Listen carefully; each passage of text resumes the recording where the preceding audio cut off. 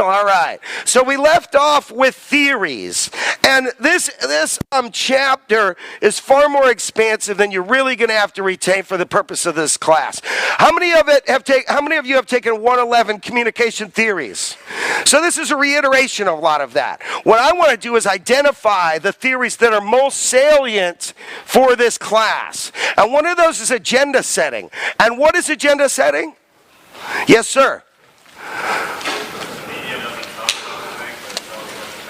That's right. The media doesn't tell us what to think, but tells us what to think about. What are the most salient things we should be thinking about? And certainly this theory suggests that the mass media does that. So that's kind of a review about agenda setting, a very important theory, and you're going to want to know that. It's very closely related to, please go to the next one, to the idea of gatekeeping. And that is that gatekeeping, mass media personnel perform a gatekeeping function. This is on the test, so note it. Gatekeeping. This is the idea that radio, television, mass media personnel, writers of convergent media, decide what issues or views are presented to the public, and thus what ideas, views are going to be considered by the public. So, convergent media theory writing has a gatekeeping function. All right? What does that mean? Tell me what it means. In your words. Someone. Yes, sir.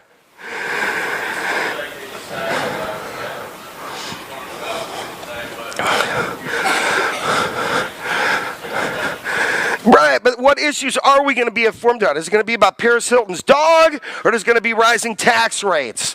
Is it going to be about deficit that you and your kids are going to have to pay in 20 years, or is it going to be about what Miley Cyrus wore at the VMAs, right? Yes. I think it kind of also means that they are like puppets, and their strings are pulled by something unforeseen to us, the man behind the curtain. So they're like gatekeeping. They're showing us only what the string pullers want us to see. Yes, they are. To some extent, then reporters and mass media personnel, somebody's pulling them their strings. But what I would suggest to you is certainly there is an agenda by corporate America that they want you to consume more. They want you to watch TV. They want you to buy new cars. But beyond that, really they just want to get a lot of attention. The man is so big that the man sometimes doesn't know what's going on under his auspices, you know what I mean? And so a lot of you guys, I have a lot of students in this class who have taken this class with me 10 years ago that are now news directors at TV stations. And they're kind of the puppet masters, if you will. But they're just looking for stories that will draw the attention of the public or stories that they think are important. And so thus, they are the gatekeepers. They assign reporters to stories. And then you, people as reporters or news producers, decide what aspects of that story are going to be exposed to the public. So you see what news, what gate do we open to allow the public to consider a particular issue? Okay? Bless you. Another theory that I think is particularly salient is, is McLuhan's theory, okay? And all I would do is put down McLuhan's name, and then I would put down Global Village, all right? It used to be that if there was somebody was dropping bombs in Europe across the sea, news was so slow at the beginning of our country, we wouldn't even hear about it for 6 months. And how much did it really impact us? It happened 6 months ago. France is bombing, shooting cannons at Britain again, which they did for virtually a century. But the point is that McLuhan says with convergent media and electronic media, the world has become a village in and of itself. We live in a global village. And with an age of information and quick communication, we're all part of this village. We know a lot more what's going on. But, at the early part of this last century, occasionally you'd hear bad news about somebody burglaring somebody else. But today, we're inundated with news from all over the world instantly, aren't we? We live in a global village. So McLuhan, what's important to remember him about is this idea of a global village. And you, as a future mass media writer, convergent media writer, have a big responsibility, and you'll have a lot of opportunities to contribute contribute to the conversation that's going on in this global village.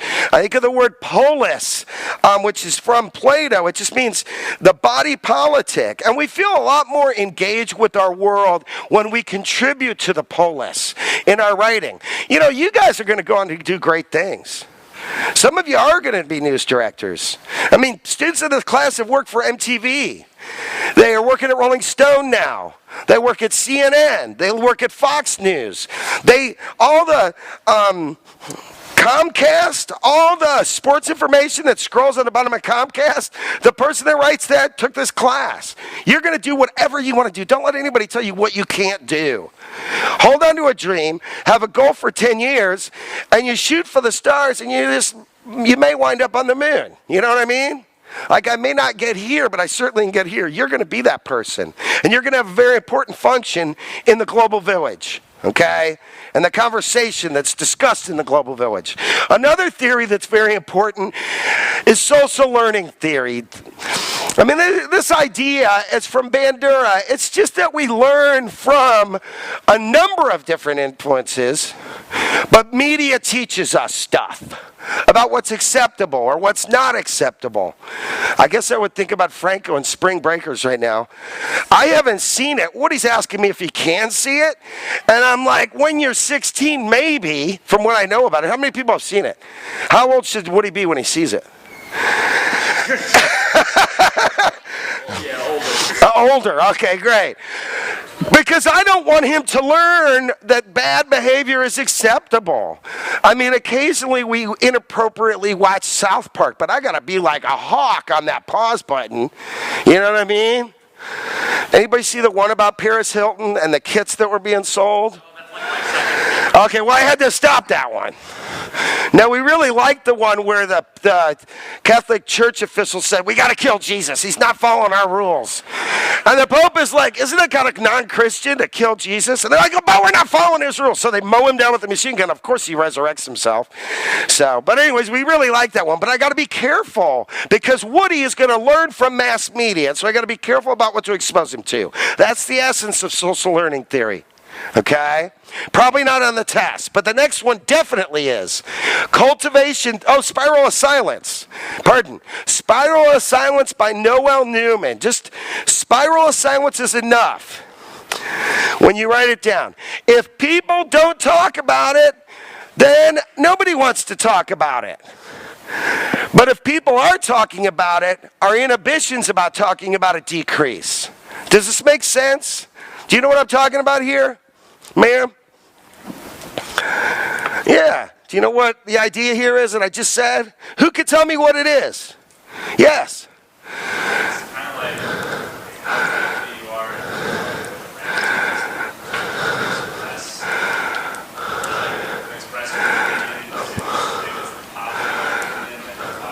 if it's the popular opinion, you'll talk about it more. If it's not, you won't. If you're in a group of friends and everybody's saying The Great Gatsby wasn't that great, the film, I mean, it did have some pretty good music, and it's got Leonardo in it.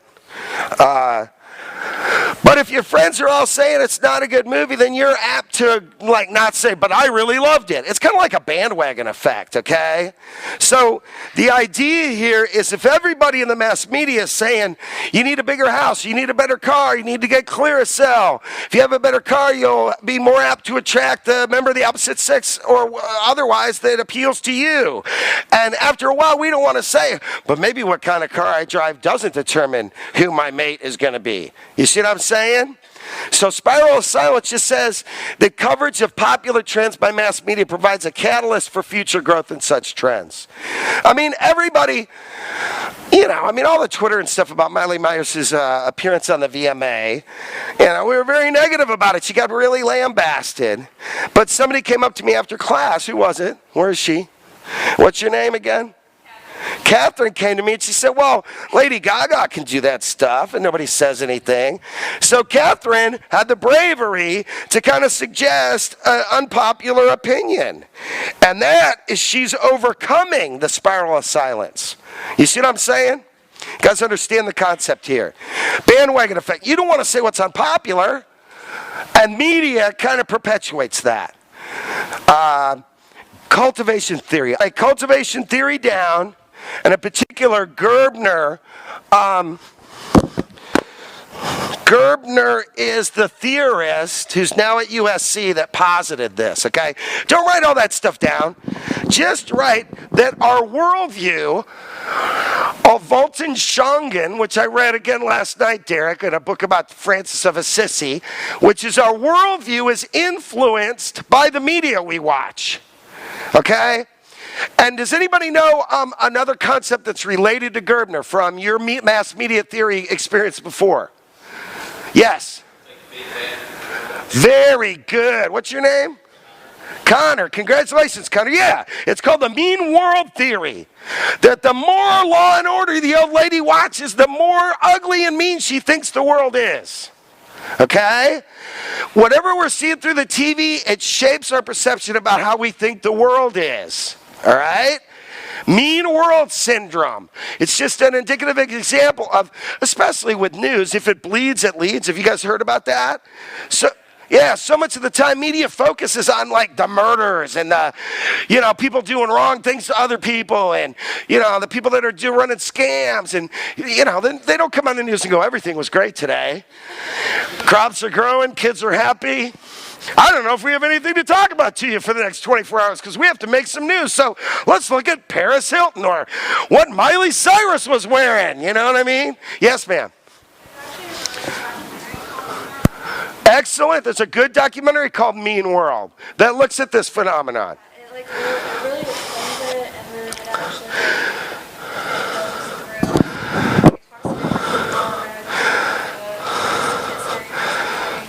like it actually shows that although when you watch the news, it seems like crime rates are going up and everything. Very good. That if we watch a lot of TV, we get the impression that crime rates are going up when actually they're going down. And some of that is because, come on, man, drama is violent. You know what I mean? I mean, the thing that made Romeo and Juliet exciting was the Capulets and the Montague were always sword fighting. And then the two kids killed themselves. It's drama. You know? So we want drama, and they want to feed us drama, so they look at how mean the world is to each other. Now, cultivation theory says the media helps cultivate our view of the world. Do we all get that? And corollary to that, if they say you can only be happy if you have the best newer car, then we start to believe it. It cultivates our view of the world. That my kids have to live in a bigger house than I do to be happy. Then after a while, we start to believe that.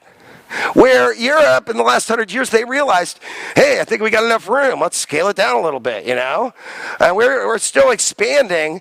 And maybe we're starting to realize that more stuff, newer stuff, bigger stuff doesn't make us happier.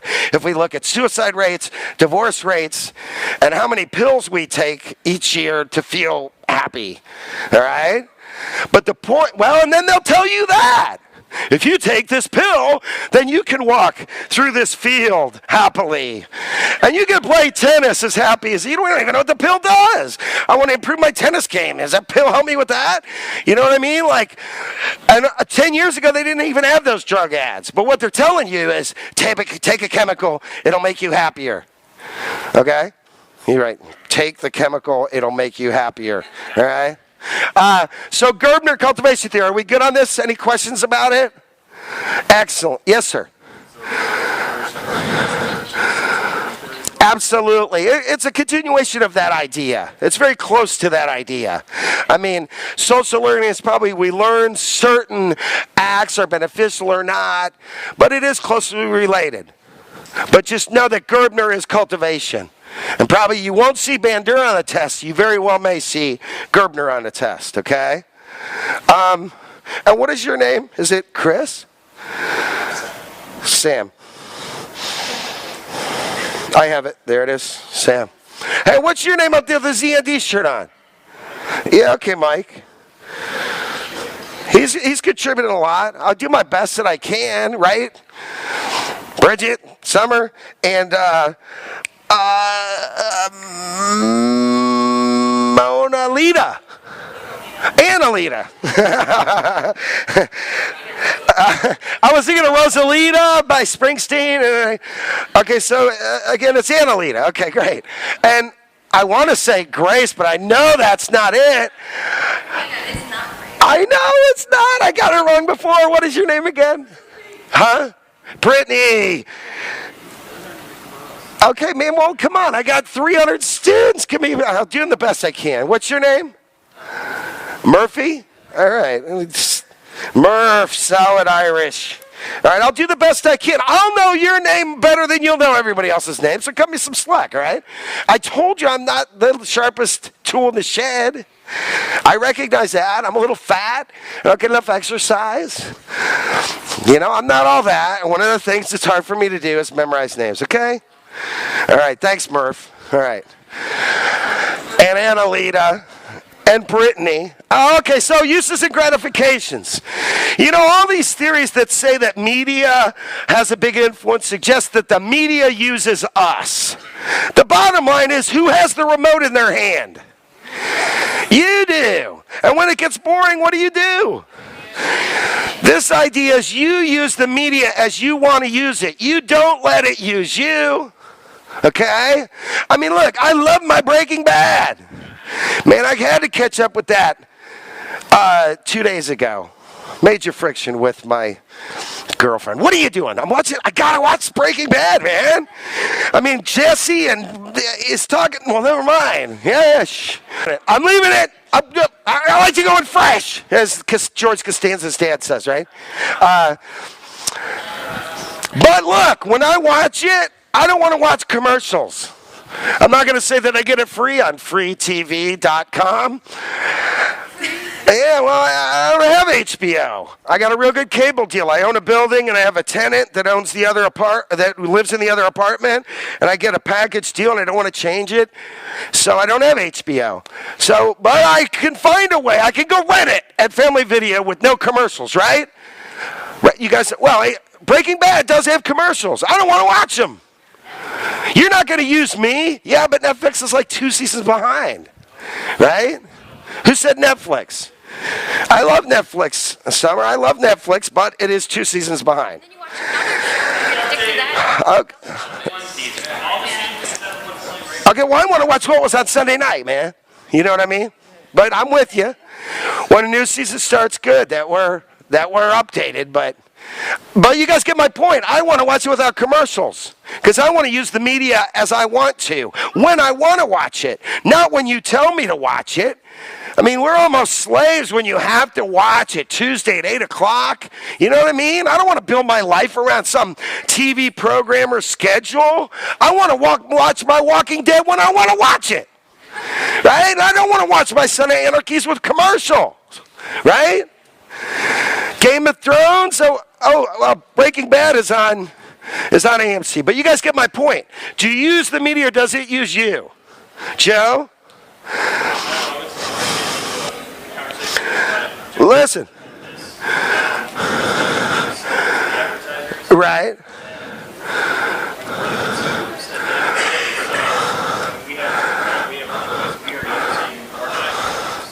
We have a choice. That's what's... We do. We have the power, and that's what uses and gratification says. So I don't have to watch your Gillette commercial if I don't want to. I can DVR it, I can fast forward it, I can get a version, rent it at Family Video where I don't have to watch your commercials. It's somewhere in between, I think. Right? As the pendulum swings between massive effects and limited effects, it's somewhere in between. You know what I mean?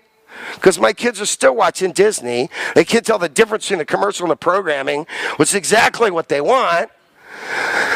I watched, there's a movie called The Corporation. It's a documentary about how companies have invested tens of millions of dollars to figure out the nagging factor, how to get kids to nag their parents to buy certain products. And I see it.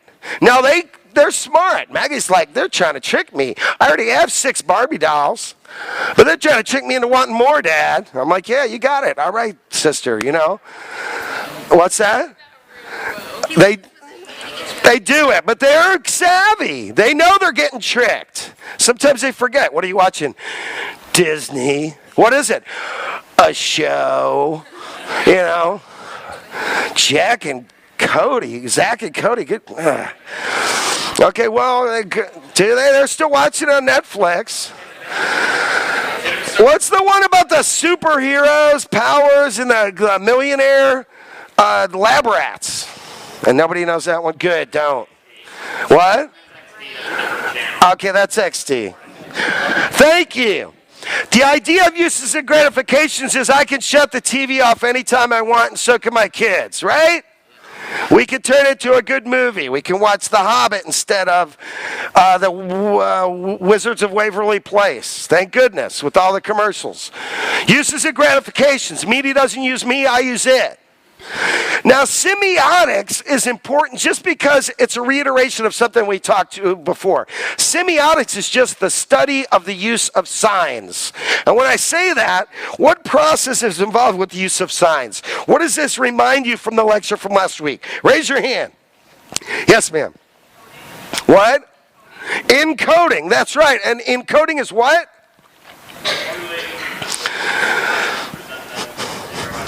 Very good, Joe. It's figuring out which signs or symbols I'm going to use to impart a meaning on my audience. And then, what does my audience do? What's that part of the process? Decoding. And what is that? Right, the meaning they attribute to these specific signs or symbols based on their experiences, their knowledge, etc. Okay? So that's semiotics, the study of using signs and symbols and that encoding and decoding process. Yes, Summer? On to our topic, are we going to watch anything from the network in here? Oh, we very well may. Oh, the network. I'm sorry, the show, the network. Probably not.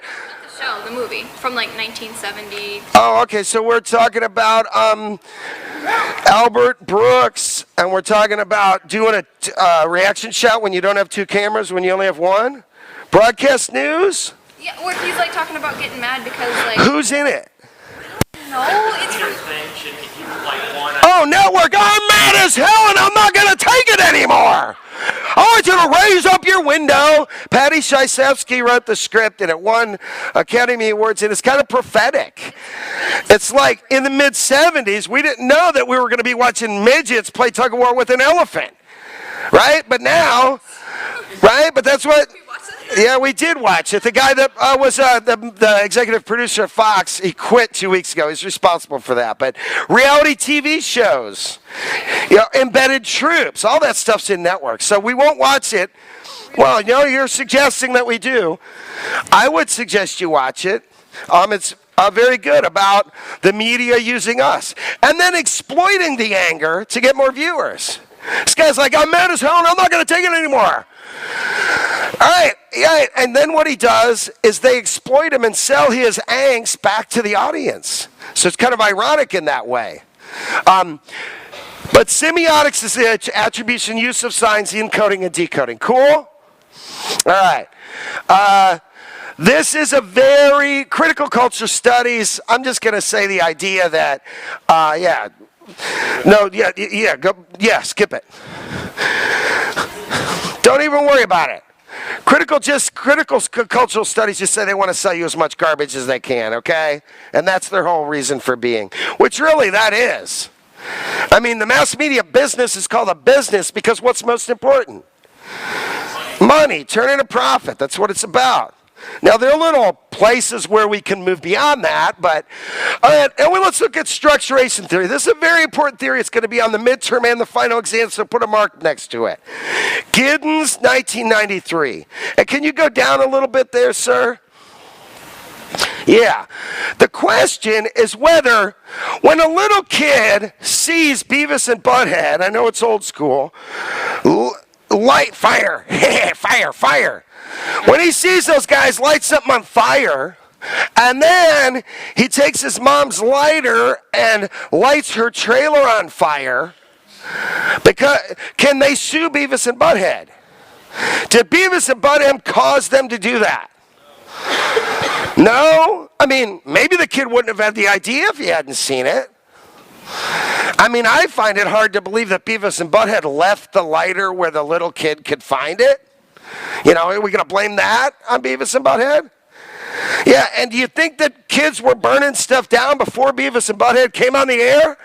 Probably. Sorry about that.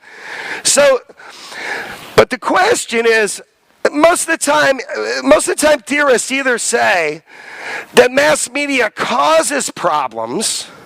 Okay, the little kid pile drives his young niece and like breaks her neck because he saw it on WWF or whatever, right? Well, yes, ma'am. You got to speak up so he can hear you.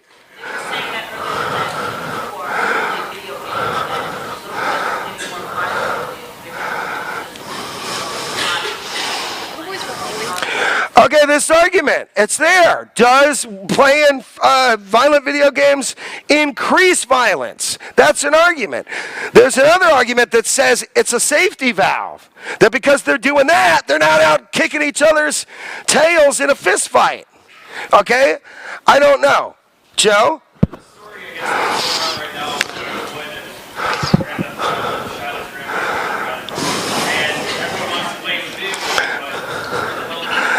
Yeah, man, I mean, I don't... Very good. Right, media's not supposed to be the parents. And look, as far as I'm concerned, if a little kid gets hold of a gun and there's not a gun lock on it, I mean, gun locks, trigger locks.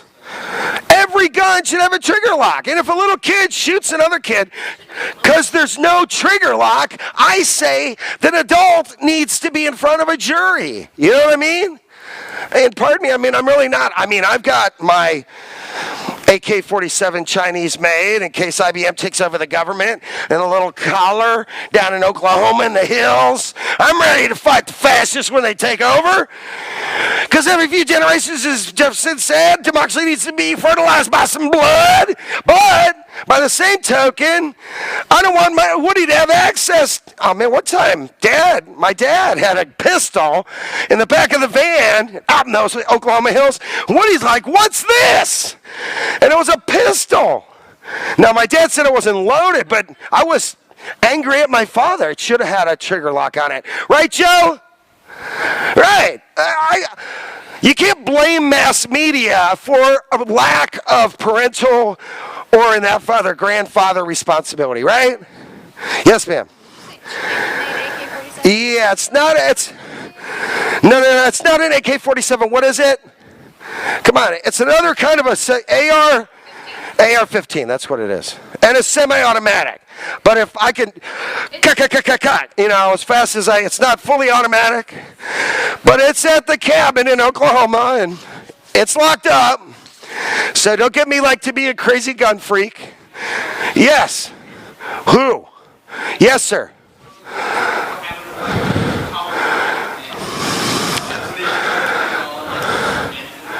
Yeah, or Basketball Diaries, right. Okay, yeah, here's the deal. That's all these issues you guys are talking about, it's related, okay? But the issue is it's a two-way street. Certainly, media influences how we think, but then media also reflects what society is already doing. Yes, Annalita. I was just going to say, not only is media, but they like to blame media as well, the parents and the fathers and stuff. I see them all the time. Pretty violent, but again, Woody has said, I get to shoot a gun, but I'm under parental responsibility. And so then even when it comes to a pellet gun, if I educate my kid that he should never point a gun at any living creature unless he wants some food, it's a responsibility as a parent. Media, if I'm not doing my job.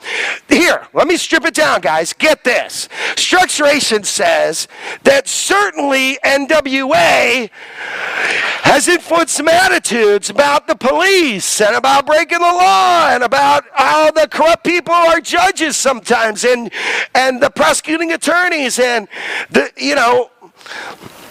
have influenced people. Okay? But also, NWA was a reflection of what was going on in Compton and LA at the same time.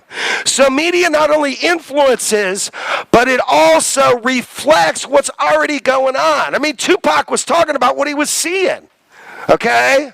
Now, just the other day, I got a 19-year-old kid that looks like he's from Norway. and he's got this music blasted. Now, I'm hip. I mean, we had a little bit of hip-hop in the front of class, and I called that, right? Yeah, so I'm not. And, hey, I like old school Public Enemy, where there's really social critique in it. But, you know, where we're learning about, well, come on, you guys know there's a lot of hip-hop. There's some great hip-hop, and there's a lot of hip-hop that talks about money and hoes and bling, and you know what I mean? And I don't want Woody to learn about all that oh, wow, I got in trouble. He's listening to Eminem with Rihanna. You guys know that song? It's a beautiful song. Yeah, well, I didn't buy at McDonald's, at the edited version at Walmart. So he's like singing it in the back seat with his mind of his mom's car, the baby's mama. I get an email. Are you letting Woody listen to Eminem? She blanket hates me, you know? It's like, rah. One time I got an email over that said stripper, and I was like, oh no, what did he do now? And it was about some paint stripper, but boy, I was really worried. I was like, oh no, what did he watch over at my house this time? Anyways, I got to be careful about what he listens to. It's my fault. He shouldn't listen to Eminem music that is disruptive or... Yeah, man. I mean, I have a role as a responsibility, and sometimes I play it fast and loose. But you guys get the point. Eminem's talking about the reality of being an addict and the problem with his baby's mama and where they're from and living in Detroit, you know, across 8 Mile and all that stuff. And it's reflective, but then it's also influenced what he's singing in the back seat, right? You guys get this? It's not a one-way street. Media reflects, like Brendan, media reflects, and it also influences. It's a cyclical process. It's not just one way. Cool? That's structuration theory. Everybody understand that? It doesn't mean that you have a responsibility. When you're a journalist, do you reflect only the ugly parts of society, but do you also reflect where we're helping each other? Right? And maybe that's the problem with mean world theory, is that often reporters don't talk about how we're trying to help each other, what's good going on. Kids are getting killed in school, but are there anti-bullying programs that you can report on and tell people about? Right? Structuration theory. All right, go to the next theory here. Anthony Giddens structuration. The very important theory here, you're going to want to write this down. It's on all tests. It's the dilemma of objectivity by Sandman. The dilemma of objectivity by Sandman. Objectivity is a good goal, but it's impossible. Okay? I have a hand right here. Yes, ma'am. You should know Giddens, Gerbner, Marcuse, and Sandman. It's a good idea. I'm probably not just going to stick you with the name Sandman. I'm going to say something like, according to Sandman, the dilemma objectivity is blank. Does that help? But I do want you to know, I've mentioned, and look, I'm clear as a bell, and if you didn't write it down, that's not my fault, man. Because I told you what name was going to be on the test, didn't I? What are some of the names I said would be on the test? Sandman, who else? Giddens, Marcuse. Hey, man, you either mark it or you don't. I try to be as clear as possible about your responsibilities. I tell you what's on the test. It is going to be on the test. Sandman's dilemma of objectivity. Objectivity it's a good goal, but it's impossible. You say, but isn't mass media objective? Are you objective? You don't care whether it's Taliban guys that get shot or American troops that get shot? Like, it doesn't matter to you? You feel the same way about your cousin, your brother, your friends, the people who went to high school, they get shot by the Taliban, and you're objective about it? It just might as well be these guys, the Taliban that like make women wear burqas and won't let them go to school and stun them if they have an argument with their husband? You're objective about that? I'm not. We're talking about Americans dying to try to help the rights of other people. They ensure basic human rights. I'm not going to pretend like I'm objective about it. Are you objective about it? Democracy, you objective about it? Oh, I don't care if I live in fascism. I'm not objective. How about that? And again, when I got my PhD, it was a big philosophical question. Because some scholars think they can be objective. And my answer was, I can't be objective, but some scholars may be able to. Because you know what I like? Education. I think everybody should get the right to an education. I'm not objective about that. Some people should get an education and some shouldn't. Torture. I don't think it's cool to peel off somebody's skin with a pair of pliers and a blowtorch using my tax dollars. I'm just not. Are you objective about it? I'm not.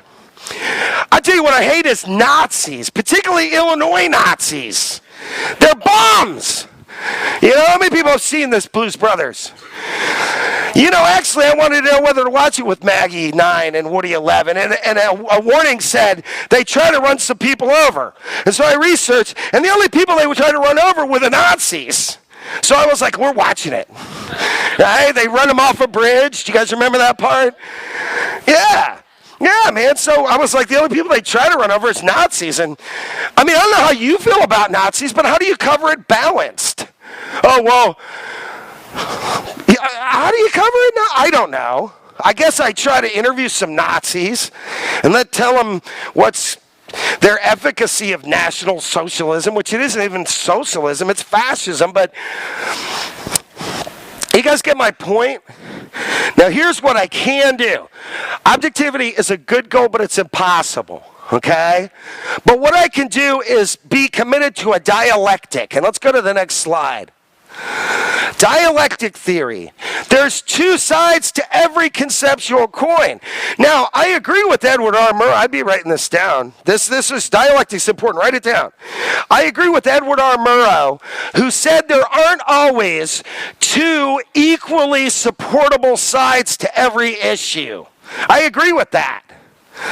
But as a reporter, you may have a responsibility to cover the other side. And we can take a particularly divisive issue as an example, okay? And pardon me for a second while I do this. I may think that a woman has a right to choose over her body. And it's not my job to tell her what she can or can't do to her body and with her body within certain grounds. You know, the first trimester, maybe the second trimester, whether her health is at risk, whether it's a rape or incest case. You know what I mean? I may believe that a woman has a right. But as a reporter, what I should do is seek out the people who disagree with my conception.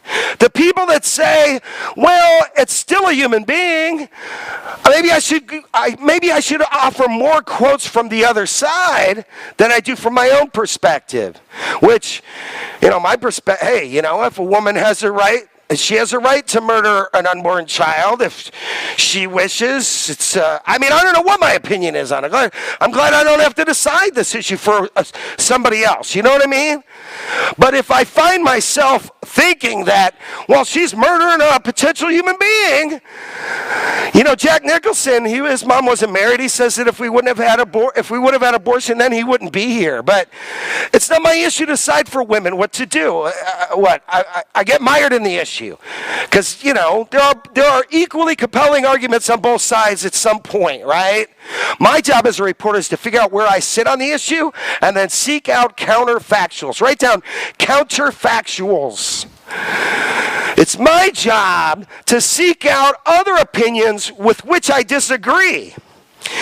And the coolest thing, what a liberal arts education is all about, is changing my mind in order to grow as a thinker and to seek synthesis. And I'm not just talking about reporting. I'm talking about the whole point of a liberal arts education. Hey, have you ever had a conversation with somebody where you were just yelling your perspective and they were just yelling theirs and nobody changed their mind at all? Have you ever been in that situation? Was that a conversation? No, it wasn't. It was a diatribe by two ships passing in the night. You know what a real conversation is? It's when I come and I talk to you about an issue and I'm willing to change my mind a little bit based on your view. And likewise, you're willing to change your mind a little bit based on my view. And you know what happens? We both grow as thinkers. And that's what democracy is all about. It's about seeking out the other side and compromise and growing as free thinkers. I mean, come on. When I've stopped changing my mind, thinking people change their mind. I said that the first day. I'm at the seminary as Father Gary, thinking people change their mind. And so you're going to tell me why my preconceptions might not be the strongest. But as a reporter, you have a particular commitment. Hey, man, I'm just going to tell my editor I cannot do a story on Illinois Nazis. You know, you might want to fire me or put me on a different story, whatever, but I can't be objective about that. You know what I mean? So, but on those issues where I do have some preconceived notion, if I'm a Republican and I got to cover a Democratic rally, what I want to do is try to privilege the other side, have a commitment to the dialectic, and seek out a synthesis. Does that make sense to you? So objectivity, total objectivity is impossible, and somewhat because of the Rashomon effect. Go forward, will you? Right? Couldn't you just write facts? You could. The Nazis met today in Skokie. They said all colored people should be slaves. So write what happened. Yeah, you could do that. Absolutely. I guess, how shall I say, invariably the fact that they said it is loaded with value, but I think you're safe to stick to facts. All right, so today, guys, we're looking at all these theories. Have I told you explicitly which ones you need to know? Okay, wait a second, because I have about 30 seconds. Do I? All right, I want you to think about the next chapter, which is the writing process. Right? Where I do some imaginative free variation, I do research, I plan. The most important thing, if you still got your paper out, write this down. Revise, rewrite, repeat. Revise, rewrite, repeat. And we're going to start on the chapter on the writing process on Wednesday. Next Wednesday. Is that right? All right, have a great holiday weekend.